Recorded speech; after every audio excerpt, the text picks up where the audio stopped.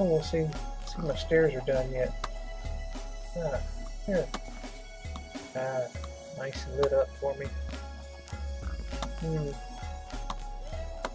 Oh, guess he's all done. Kind of cramped down here. Let's see what we can do now. I think I want a pretty long one.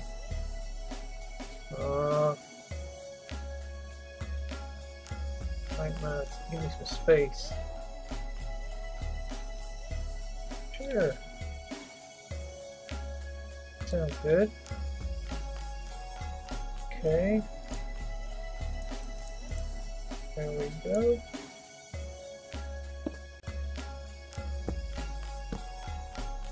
Ah! Guess I didn't like the one I had down there.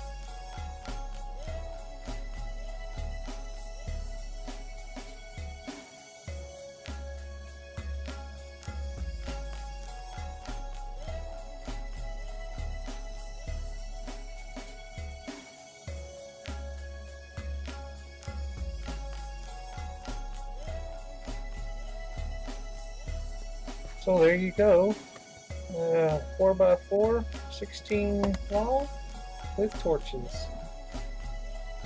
This program is basically set up to do multiple.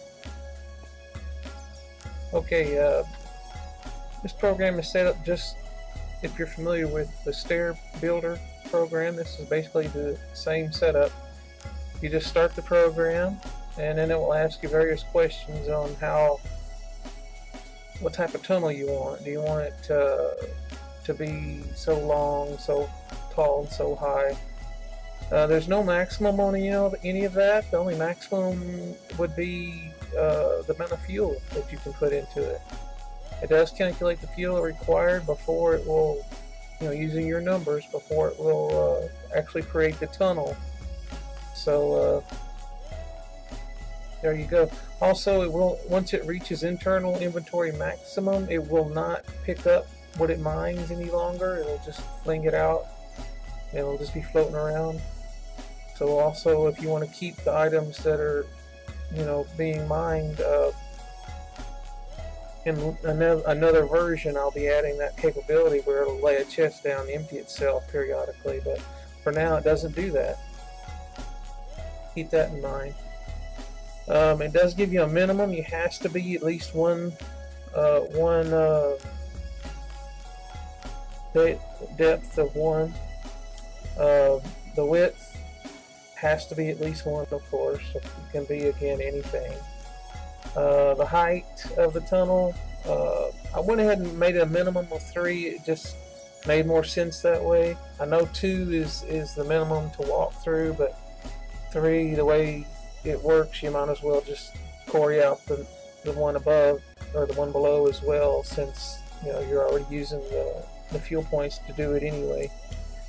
You can use torches or not. If you choose to lay your torches out in your own pattern, just say no to this. But if you do, what it does is it tries to calculate how many torches that it would take according to the length of the tunnel, the width of the tunnel, and how far apart you told it to place the torches.